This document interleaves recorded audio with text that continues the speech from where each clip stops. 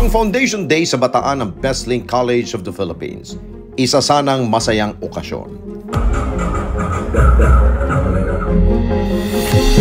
Na nauwi sa isang matinding aberya. What's happening? Matinding pagod at perwisyo ang inabot ng mga mag-aaral sa dumalo sa Foundation Day ng Besling College of the Philippines dyan sa lalawigan ng Bataan.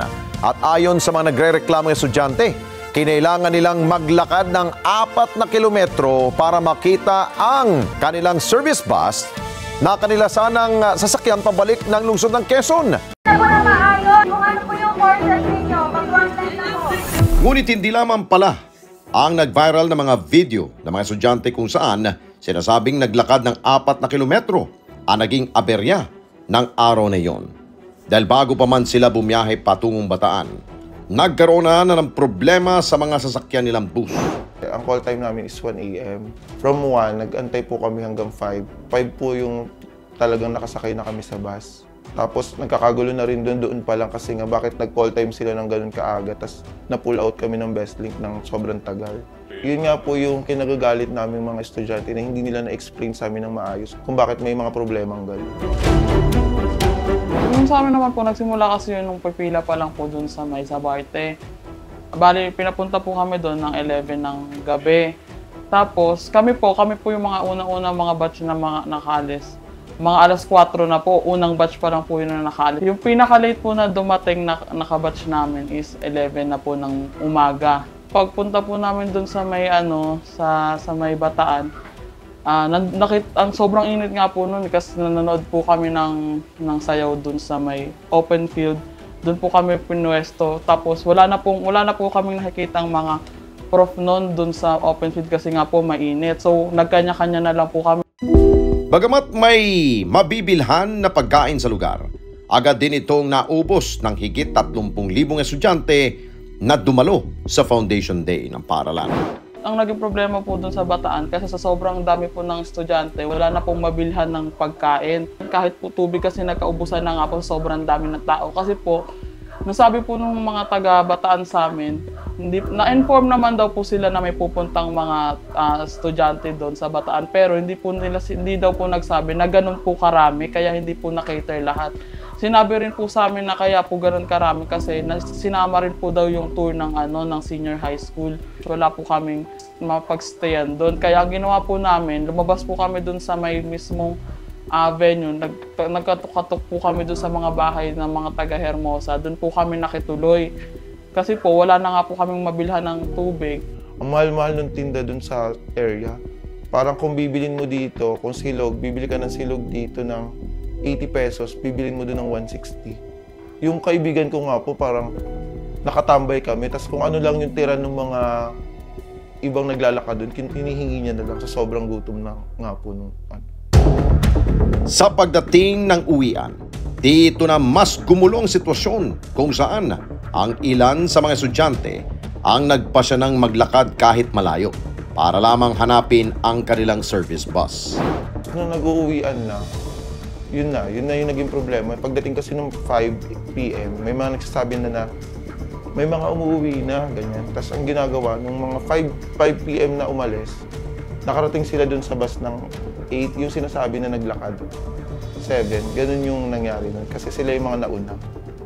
Kaya naglakad sila ng malayo kasi pinuntahan pa nila yung bus. Naglakad din po kami. Siguro mga 1 oras din po para dun makaupo sa may bus. Akala po kasi namin, kung saan kami sumakay nung una, doon kami ulit sasakay pa uwi.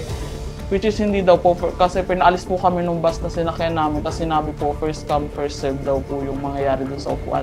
Pero sinabi po sa amin ng ibang course, sa kanila daw po, may mga professor daw po na nag-a-assist sa kanila. Yung mga professor po nila, sila po yung ina-accommodate. Kami po, hinayaan po kami.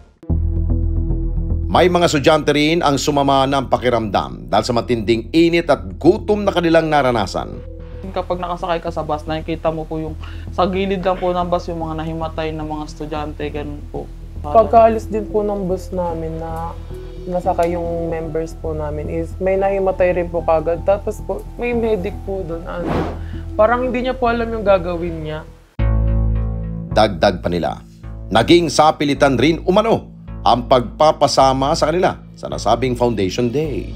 Sa akin po sa pilitan kasi ako wala po talaga akong balak sumama kasi nga po may paggagastusan po kasi kami ngayon na pinaghahandaan which is yung tour nga po sa Thailand. Yun po kaya ang ginawa po ng mga prof, siguro na-realize po nila na unti lang po sama sa dun sa Foundation Day. Ang ginawa po, pina-record po sa amin na kailangan sumama raw po kami lahat.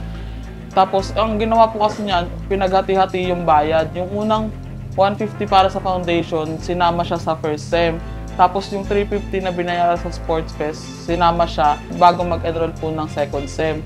Tapos ngayon, yung 900 ay binayaran nung para sa foundation ulit.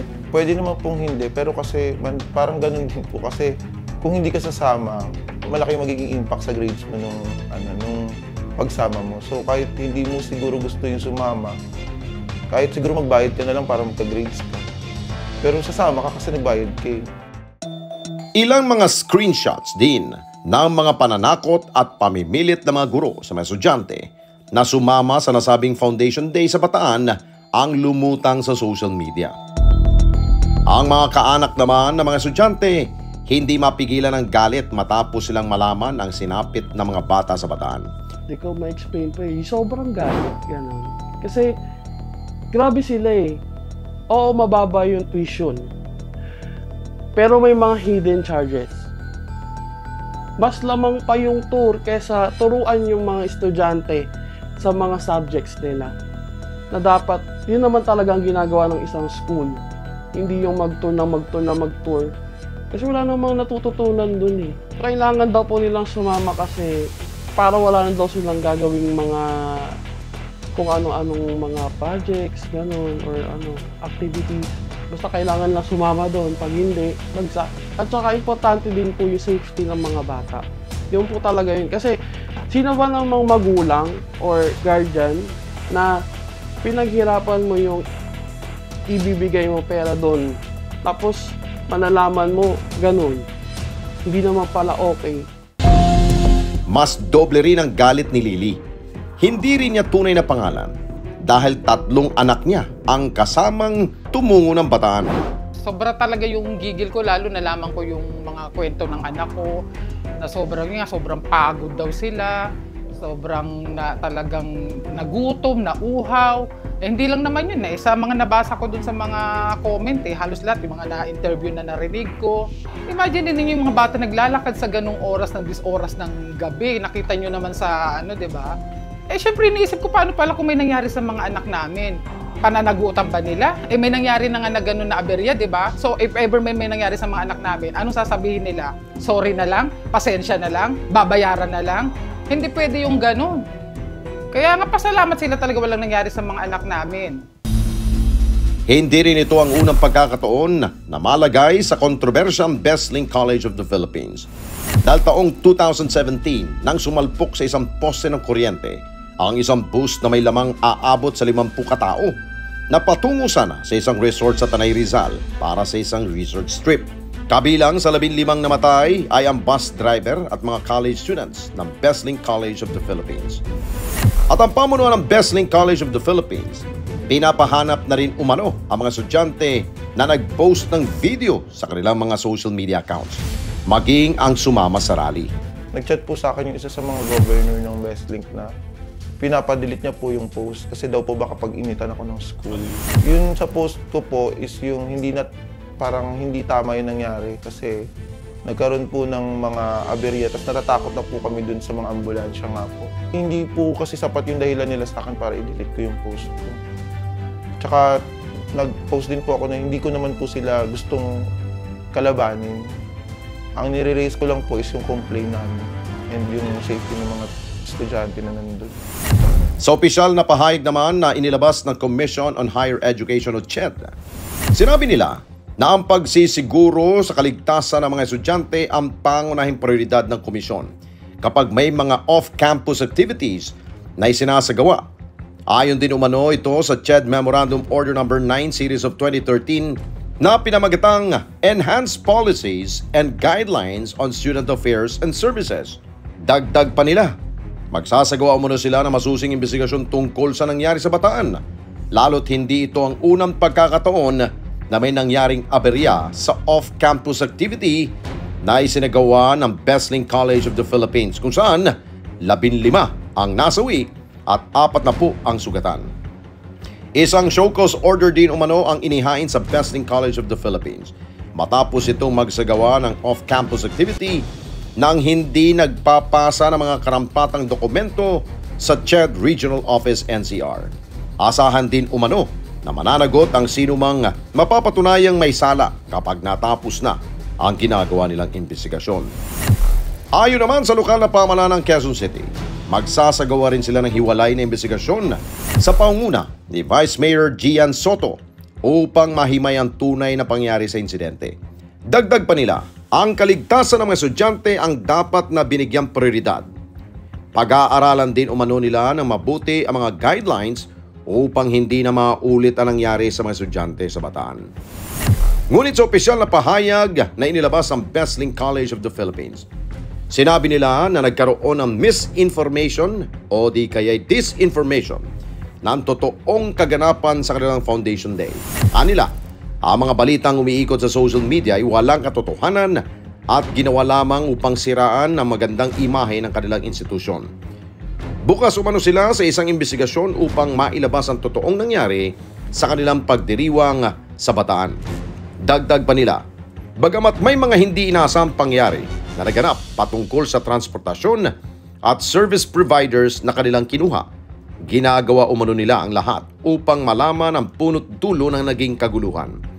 Anila, lagi umano nilang isinasaalang-alang ang kapakanan at kaligtasan ng kanilang mga estudyante. Humingi rin sila ng paumanhin sa hindi naging magandang karanasan ng mga estudyante, mga magulang at mga residente ng Punta Bell sa Hermosa, Bataan. Sisiguraduhin umano nila na mas aayusin pa nila ang pagsasagawa ng mga pagtitipon at pagdiriwang upang hindi na maulit ang kaparehong insidente. Sinadya naman ang Responde Team ang Hermosa, Bataan upang imbestigahan at alamin ang tunay na pangyari noong linggo. At dito na namin nakumpirma ang mga sumbong ng mga estudyante. Pinatotohanan ng mga residente ang hirap na dinanas ng mga mag-aaral noong araw na yon.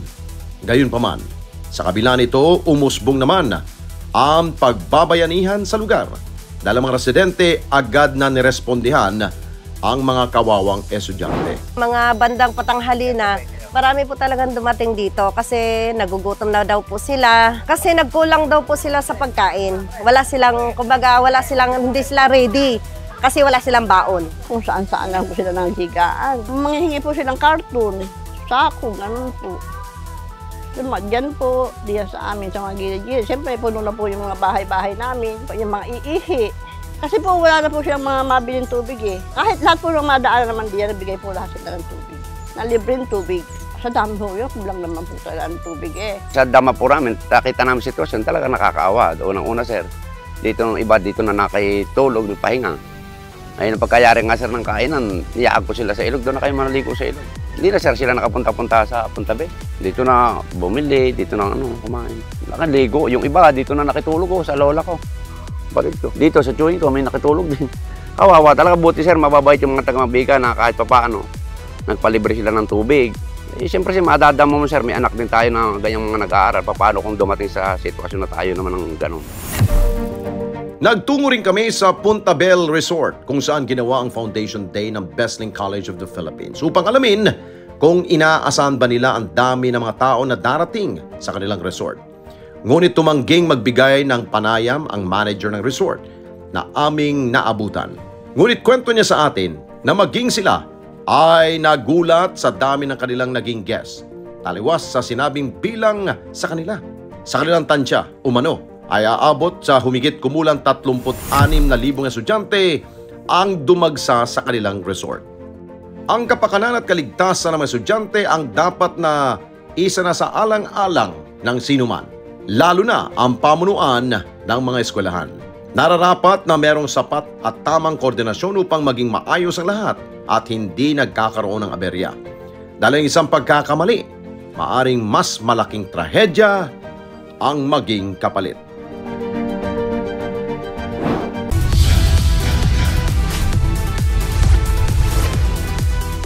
Mga Mga kababayan, salamat po sa inyong pong pagsubaybay sa Responde Mata ng Mamamayan.